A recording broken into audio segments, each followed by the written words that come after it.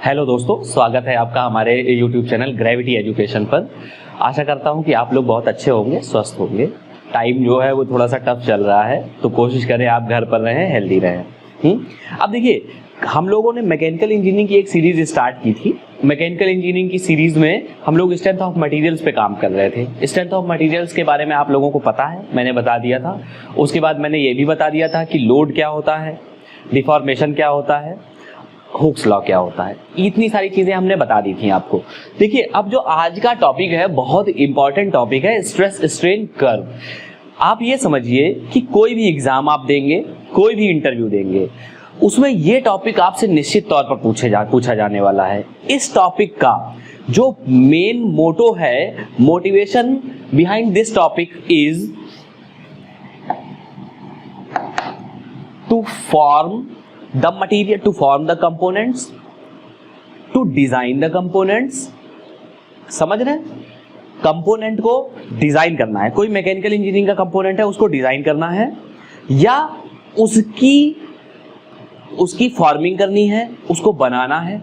ये सारी की सारी चीजें जो हैं स्ट्रेस एंड स्ट्रेन कर्व जब आप पढ़ेंगे उसके बाद ही संभव है। जैसे अगर कोई ब्लॉक है, सपोज इस तरह का एक ब्लॉक है किसी स्टील का, उस स्टील के ब्लॉक पे से हमको कोई कैविटी बनानी है। समझिएगा बात, जैसे ये एक स्टील का ब्लॉक है, इसमें हमको इस तरह की कोई कैविटी बनानी है, अंदर सिलेंड्रिकल कैविटी बनानी है। तो सिलेंड्रिकल कैविटी जब बनानी होगी तो यहां पर कोई मशीनिंग ऑपरेशन परफॉर्म किया जाएगा, या तो हो सकता है मशीनिंग ऑपरेशन परफॉर्म किया जाए, या हो सकता है कुछ और किया जाए। क्लियर? तो उस मशीनिंग ऑपरेशन को परफॉर्म करने में क्या होगा कि ये वाला मटेरियल जो है कट होकर के जाएगा। अब मटेरियल का हो सकता है डिफॉर्मेशन हो, या हो सकता है मटेरियल की कटिंग हो। कुछ इस तरह से होगा जब यहाँ पे हम सपोज ड्रिल डालते हैं, और ड्रिल डालने के बाद हम क्या कर रहे हैं कि ये वाली कैविटी बना रहे हैं। अब होगा क्या, सपोज ये ड्रिल है और ड्रिल जो है इस तरह से चल रही है, ये थोड़ा सा सिलेंड्रिकल कैविटी ज्यादा हो गई, लाइक उसका डाया ज्यादा हो गया ड्रिल के हिसाब से। बट आगे जब हम मैन्युफैक्चरिंग प्रोसेसेस पढ़ेंगे तो पता चलेगा कि कौन सा प्रोसेस किस तरह से, कौन सा कंपोनेंट किस तरह से बनाया जाता है। सपोज इसको हम, चलिए इस कैविटी को बड़ा ना लेकर के एक होल ऐसा ले लेते हैं। इस तरह की एक कैविटी बनानी है हमको, सपोज इस तरह की एक होल करना है। ऐसा थ्रू होल हो सकता है या ब्लाइंड होल हो सकता है। दो चीजें हैं, एक होता है ब्लाइंड होल, एक होता है थ्रू होल। थ्रू होल जो होता है वो अगर इस ब्लॉक को आप उठा करके देखेंगे अपनी आंख के सामने रख के, तो आपको पिछला वाला जो पोर्शन है पूरा का पूरा दिखाई देगा। मतलब जैसे आपने अगर थ्रू होल किया है तो आप आंख से देखेंगे, आपको दूसरी जो आप, ये जैसे मेरा रूम है तो रूम में मेरे सामने वॉल है, और मैंने अगर होल किया है ब्लॉक पे तो मैं उसको ऐसे देखूंगा तो मुझे आंख से वॉल दिखेगी। और जो ब्लाइंड होल होता है, ब्लाइंड होल में नीचे वाला पोर्शन, वहां तक थ्रू होल नहीं जाता, पूरा का पूरा कट नहीं होता। उसमें क्या होता है कि यहाँ पे कुछ मटेरियल रह जाता है, समझ रहे हैं? तो यहां से वो मटेरियल दिखेगा, पूरा का पूरा नहीं दिखेगा। ये ब्लाइंड होल थ्रू होल में अंतर होता है। ऐसा कभी हो सकता है बातचीत में आ जाए आपके, तो आपको पता होना चाहिए। अब देखो हमने क्या किया, यहां से ड्रिल डाली। जब ड्रिल मशीन हम डाल रहे हैं तो उस स्थिति में क्या हो रहा है कि ड्रिल क्या कर रही है, रोटेट कर रही है और आगे की तरफ फीडिंग ले रही है। तो यहां पे जो मटेरियल है, मटेरियल के साथ क्या हुआ कि ड्रिल ने कटिंग करी, कटिंग ऑपरेशन परफॉर्म किया। अब अगर हमें यह जानकारी नहीं होगी मटेरियल कैसा है, मटेरियल कितना स्ट्रेस देने पे कितना स्ट्रेन डेवलप कर रहा है, मटेरियल में क्या प्लास्टिक डिफॉर्मेशन हो रहा है या इलास्टिक डिफॉर्मेशन हो रहा है, तो हमारे लिए ये जो प्रक्रिया है ये बहुत कठिन हो जाएगी, या ये कह लो कि संभव नहीं होगी।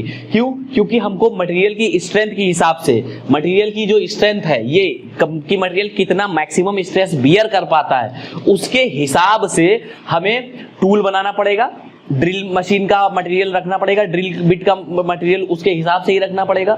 तो कहने का मतलब क्या है कि स्ट्रेस स्ट्रेन कर्व जो है वो बहुत इंपॉर्टेंट है। हर मैकेनिकल प्रोसेस में स्ट्रेस स्ट्रेन कर्व की ही एनालिसिस करके जो है अगला कोई काम किया जाता है। देखो ये एक बार है, प्रिज्मेटिक बार, इस पे हमने लोड लगाया P, यहां पे हमने लोड लगाया था P, फाइन। अब हुआ क्या कि लोड की वजह से मटेरियल में इंटरनल रेसिस्टिंग फोर्सेस डेवलप हुए और इंटरनल रेसिस्टिंग फोर्सेस जो हैं वो स्ट्रेसेस को लेकर के आए पिक्चर में, और स्ट्रेसेस जो है उन्होंने उन स्ट्रेसेस जब आए पिक्चर में, स्ट्रेन भी आया। बाद में आपको पता चलेगा कि स्ट्रेन जब आता है तब स्ट्रेस आता है, उसमें अभी नहीं जाते उस टेक्निकलिटी पे। हम ये मान लेते हैं कि जब स्ट्रेस आया, स्ट्रेस डेवलप हुआ, स्ट्रेन डेवलप हुआ पिक्चर में, फाइन। देखिए है क्या कि यहां पर जब हमने स्ट्रेस लगाया, लोड बढ़ाया, जैसे जैसे हम लोड बढ़ा रहे हैं वैसे वैसे स्ट्रेन जो है वो बढ़ता जा रहा है। और कैसे बढ़ रहा है? ये बढ़ रहा है लीनियर प्रोपोर्शन में, लीनियर प्रोपोर्शन में बढ़ रहा है। कहां तक? पॉइंट ए तक, फाइन। देखना यहां पे हमने लोड जब जीरो था तो मटेरियल में स्ट्रेन जो था वो जीरो था। जैसे ही लोड बढ़ा मटेरियल में, स्ट्रेस बढ़ गया, और स्ट्रेस जब बढ़ा है साथियों तो स्ट्रेन बढ़ गया। अच्छा, इसके बाद हमने स्ट्रेसेस और बढ़ाए, लोड बढ़ाया, स्ट्रेसेस बढ़ाया। जब लोड बढ़ाया, स्ट्रेसेस बढ़ाया तो स्ट्रेन फिर से बढ़े।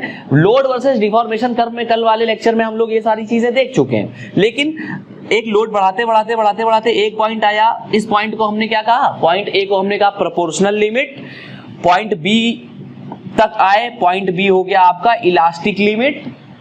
और पॉइंट सी जो है, that point C is upper yielding point, point C dash is lower yielding point, C D is plastic deformation region या प्लास्टिक रीजन, सी डैश जो है वो है आपका यील्डिंग रीजन, यील्डिंग है, यहाँ पे सी से सी डैश में यील्डिंग हो रही है।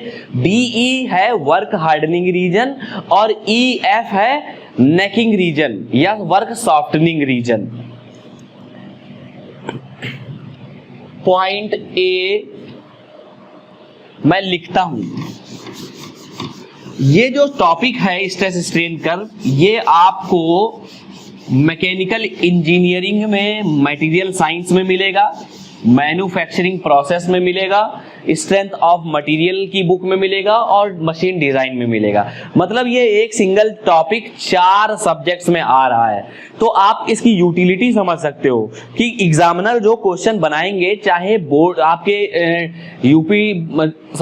चाहे आपका जो इंजीनियरिंग एग्जाम है वहां पर आए, चाहे आपका जो एग्जाम्स हैं कंपटीशन वाले वहां पर आए, 4 सब्जेक्ट में जब एक टॉपिक है, मतलब सोम में भी मिलेगा, मशीन डिजाइन में भी बुक में मिलेगा आपको, मटेरियल साइंस में भी मिलेगा, और मैन्युफैक्चरिंग प्रोसेस में मिलेगा, तो कहीं ना कहीं वो आपको एनकाउंटर हो ही जाएगा एग्जाम में।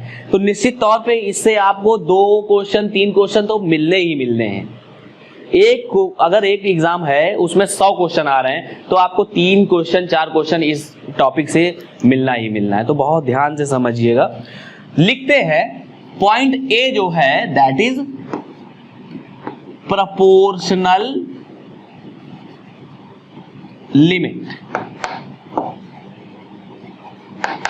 पॉइंट बी जो है that is elastic limit.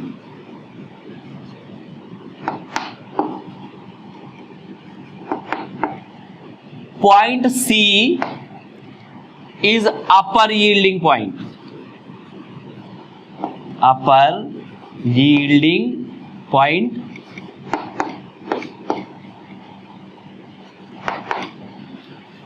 C dash lower yielding point,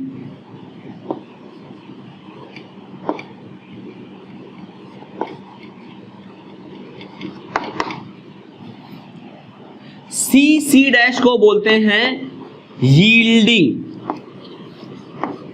बताऊंगा, और सी डैश से डी को बोलते हैं प्लास्टिक डिफॉर्मेशन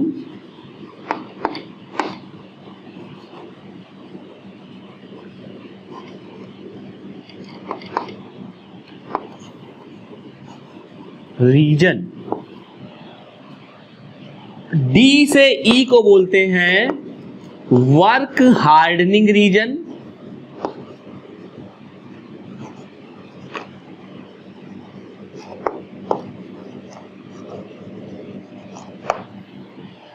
और ई से एफ को बोलते हैं नेकिंग रीजन।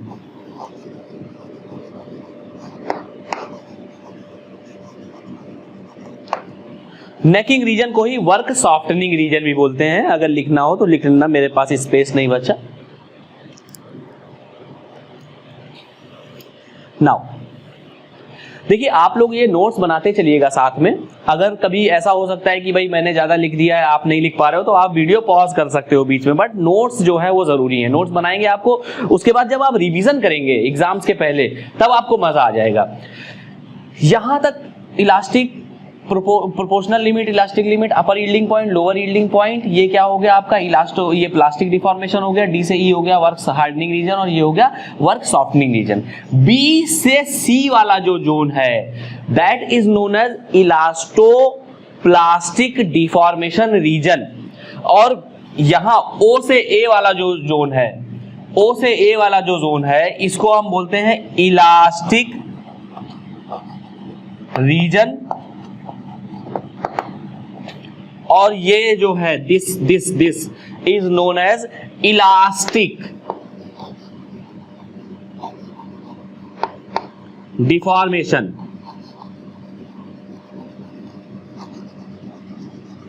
क्लियर? और यहां पे जो बी से सी है, सॉरी, ये this portion is known as elastic deformation. और ये वाला दिस रीजन, इसे हम बोलते हैं इलास्टो प्लास्टिक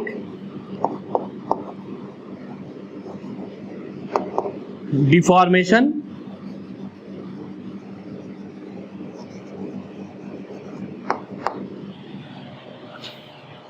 और सी डैश से डी वाला जो पोर्शन है, that is known as plastic deformation।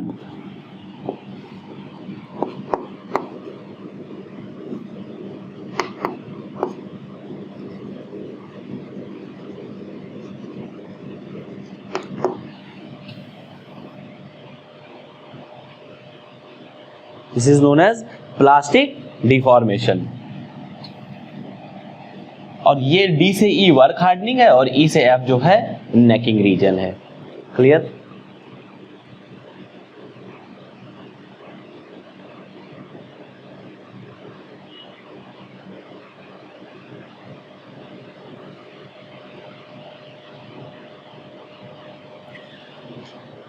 अब देखते हैं कि ये सब चल क्या रहा है। ये ऐसे चल रहा है कि ये बार था, लोड था, लोड की वजह से स्ट्रेस थी, स्ट्रेन आ रहा था, और लोड लगा रहे थे, लोड हटा रहे थे, मटेरियल अपनी ओरिजिनल पोजीशन रिगेन कर रहा था। जिस पॉइंट तक मटेरियल अपनी ओरिजिनल पोजीशन रिगेन कर रहा था, उस पॉइंट तक मटेरियल जो है इलास्टिक लिमिट में था।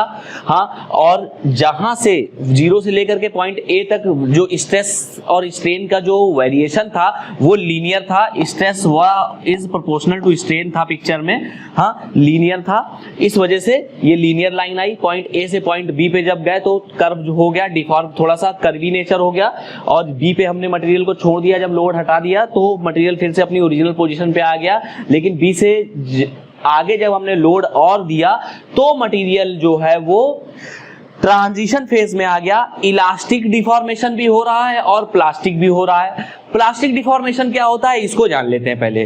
हम लोड लगा रहे हैं और मटेरियल खिंचता चला जा रहा है। मटेरियल जो कंपोनेंट है, कंपोनेंट का जो एरिया ये है सपोज ए, ये एरिया कम होता हो गया और मटेरियल खिंचता चला जा रहा है। कोई रेसिस्टेंस नहीं है कंपोनेंट के अंदर, मटेरियल के अंदर कोई इंटरनल रेसिस्टिंग फोर्स नहीं है जो एक्सटर्नल लोड पी को बियर करे। अगर इंटरनल रेसिस्टिंग फोर्स होगा पिक्चर में तो स्ट्रेस होगी, नहीं तो स्ट्रेस क्या होगी।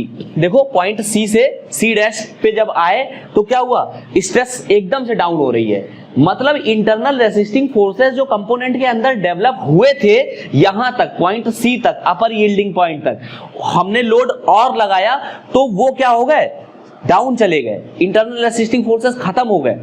बात समझ पा रहे हैं। मतलब स्ट्रेसेस जो है कंपोनेंट में वो एकदम से डाउन चली गई, इंटरनल रेसिस्टिंग फोर्सेस जो है कंपोनेंट में डेवलप ही नहीं हो पा रहे हैं, इसी को क्या कहते हैं, यील्डिंग कहते हैं। और इसके बाद क्या हुआ, मटेरियल प्लास्टिक डिफॉर्मेशन पे जा रहा है कि मटेरियल का क्रॉस सेक्शनल एरिया कम हो गया, लोड बढ़ा रहे हैं, लेंथ बढ़ती चली जा रही है।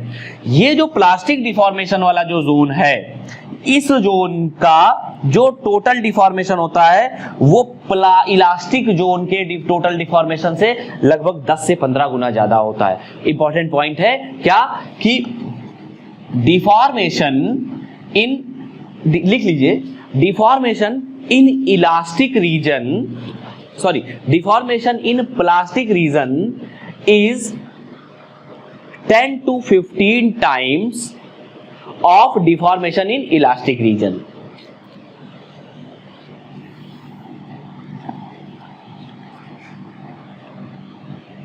यहां पे बी से सी में मटेरियल जो है उसके अंदर दो प्रॉपर्टीज हैं, एक इलास्टिक और एक प्लास्टिक। भाई ये वाला रीजन जो है प्लास्टिक रीजन है, ये वाला रीजन जो है वो इलास्टिक रीजन है। अब in between material plastic, elastic से प्लास्टिक की तरफ जा रहा है, तो ये वाला जो रीजन है this is known as elastoplastic deformation region. और जो मटेरियल के अंदर प्रॉपर्टीज हैं वो कैसी हैं, मटेरियल के अंदर प्रॉपर्टीज जो है वो इलास्टोप्लास्टिक वाली है, EPD, इसको बोल देंगे हम elastoplastic deformation reason. Clear.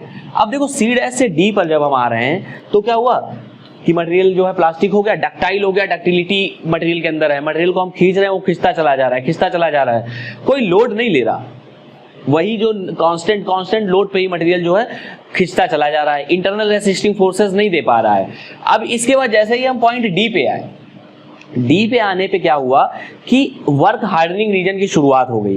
Work hardening reason की शुरुआत का क्या मतलब है, देखो यहाँ पे जो स्ट्रेसेस हैं उनकी वैल्यू कंटिन्यूअस बढ़ रही है और एक मैक्सिमम पॉइंट पर जा रही है, और उसके बाद फिर क्या हो रहा है, वैल्यू घट रही है, हम स्ट्रेसेस लगा रहे हैं, लोड लगा रहे हैं, लेकिन उसके बाद जो इंटरनल रेसिस्टिंग फोर्सेस हैं वो घट रहे हैं और यहाँ पर आ करके क्या हुए, ब्रेक कर रहे हैं। यहां पर ये F पॉइंट जो है इसको बोलते हैं ब्रेकिंग पॉइंट, E पॉइंट जो है अल्टीमेट स्ट्रेंथ पॉइंट है, तो वहां पे मैंने नहीं लिखा है, आप लिख लेंगे E point is ultimate strength, F is breaking strength या रप्चर स्ट्रेंथ।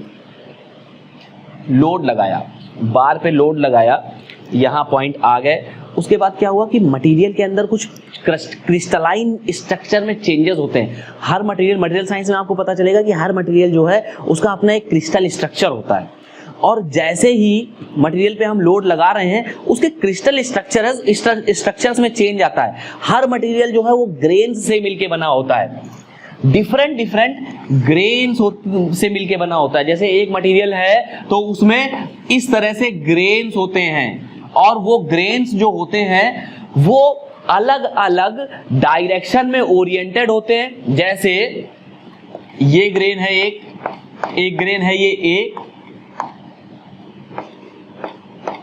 एक ग्रेन है ये एक बी, ऐसे इनफाइनाइट नंबर ऑफ ग्रेन्स होते हैं एक मटेरियल के अंदर। अब देखो जो ग्रेन्स हैं इनका अपना एक अलग ओरिएंटेशन होता है, हर ग्रेन का अपना एक अलग ओरिएंटेशन होता है, ठीक। तो देखो यहाँ पे इसका ओरिएंटेशन ऐसा है, ये कुछ इस तरह से है, और बी ग्रेन जो है वो इस तरह से। ए ग्रेन बी ग्रेन जब आपस में जहां पे मिलते हैं उसको हम बोलते हैं ग्रेन बाउंड्रीज। मटेरियल साइंस में आपको पता चलेगा, बहुत हल्का सा मैं बता रहा हूं क्योंकि यहाँ रिक्वायरमेंट है, ग्रेन बाउंड्रीज बोलते हैं। अब हम जब लोड लगा रहे होते हैं तो जो पार्टिकल्स होते हैं उनमें क्या होता है, डिफ्यूजन होता है, पार्टिकल्स अपनी और एक जगह से जाकर के दूसरी जगह पहुंचते हैं, दूसरी से तीसरी। जैसे कार्बन मॉलिक्यूल्स है स्टील में, परसेंटेज ऑफ कार्बन कुछ होता है, तो कार्बन क्या करेगा, मूव करता है, ये ग्रेन बाउंड्रीज पे आ करके ये क्या होते हैं, रुक जाते हैं, यहां पर आकर के डेंस हो जाते हैं ग्रेन बाउंड्रीज पे। ग्रेन बाउंड्रीज को क्रॉस नहीं कर पाते हैं जो डिफ्यूज होते हैं पार्टिकल्स या जो मोशन में होते हैं, ऐसा समझ लो। तो यहां पर क्या होता है कि यहां पर पोटेंशियल एनर्जी बहुत हो जाती है जब ये इकट्ठा हो जाते हैं आपस में एक दूसरे के बाउंड्रीज पे। इस वजह से मटेरियल यहाँ पे वर्क हार्डन हो जाता है। क्यों? क्योंकि ग्रेन बाउंड्री जब लोड लगाया, पार्टिकल्स मूव करके ग्रेन बाउंड्रीज पे इकट्ठा हो गए, मटेरियल स्ट्रांग हो गया। मटेरियल के पास अब क्या है, इंटरनल रेसिस्टिंग फोर्सेस डेवलप करने की ताकत ज्यादा हो गई, और जैसे ही ज्यादा हुई वो पॉइंट क्या हुआ, अल्टीमेट स्ट्रेंथ। क्लियर, यही अल्टीमेट स्ट्रेंथ जो है मटेरियल की मैक्सिमम स्ट्रेंथ होती है, मतलब मटेरियल जो है वो सबसे ज्यादा लोड बियर कर सकता है जिस पॉइंट पे, वो उस पॉइंट को हम बोलते हैं ultimate strength of the material. Fine.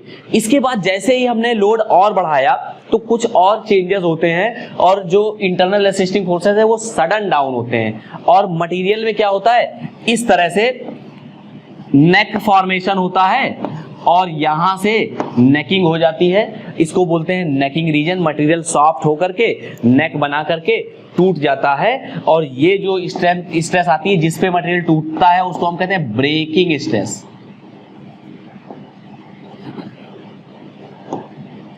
Breaking strength या रप्चर स्ट्रेंथ। क्लियर।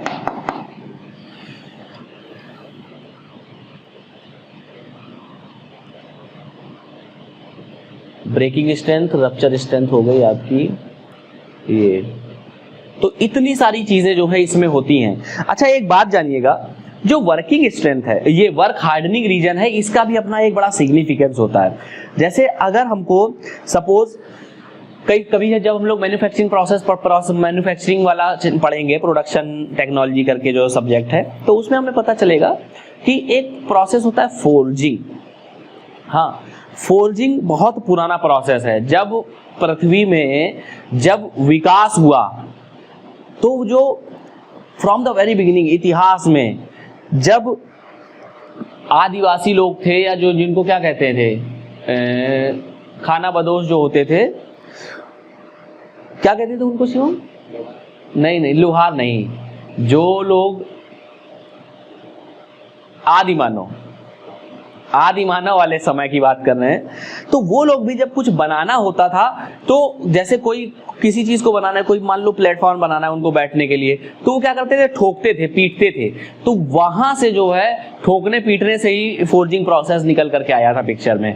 तो है क्या कि जैसे सपोज हमने एक ब्लॉक लिया, उस ब्लॉक पे हम हथौड़ा मार रहे हैं, उस ब्लॉक पे अगर हम हथौड़ा मारते हैं तो पता चलता है कि वो यार वो स्ट्रांग हो जाता है। पहले कमजोर होता है लेकिन हथौड़ा मारते मारते वो स्ट्रांग हो जाता है।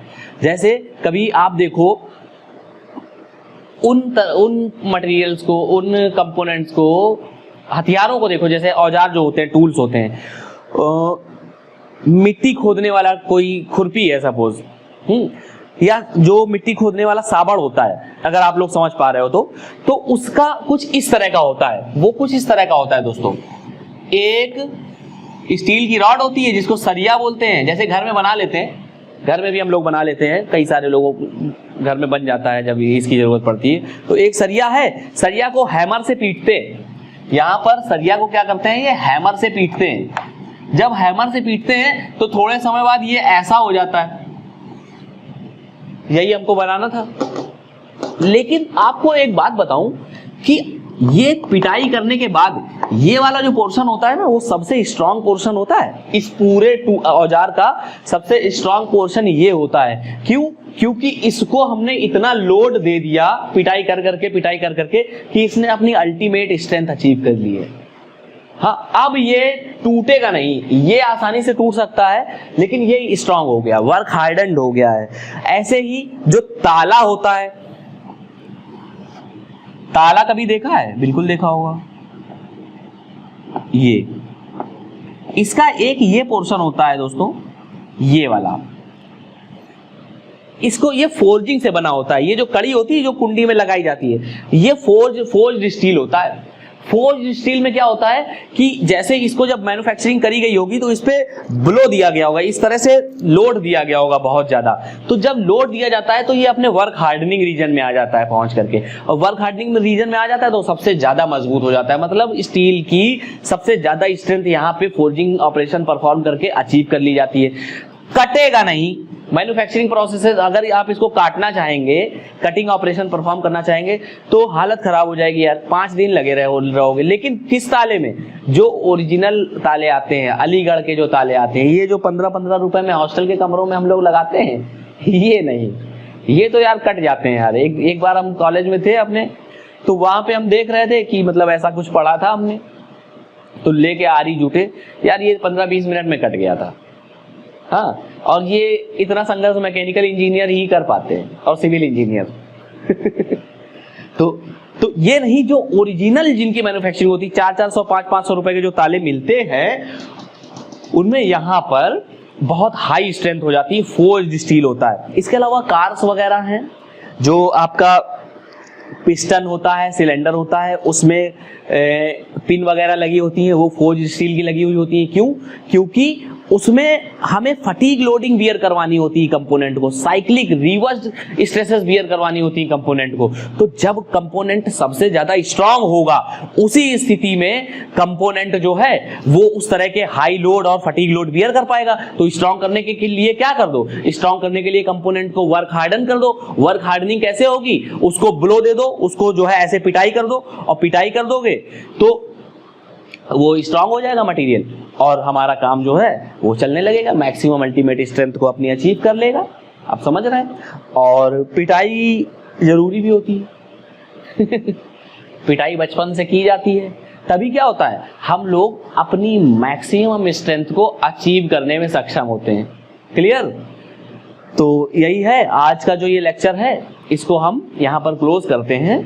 स्ट्रेस स्ट्रेन कर्व में अगर कुछ और भी होगा तो आगे हम जब मटेरियल साइंस पढ़ेंगे तो उसमें क्रिस्टलाइन स्ट्रक्चर के कॉन्सेप्ट्स को उठा करके हम इसको देखेंगे। क्लियर? अभी आपके लिए स्ट्रेंथ ऑफ मटेरियल्स में ये पर्याप्त है।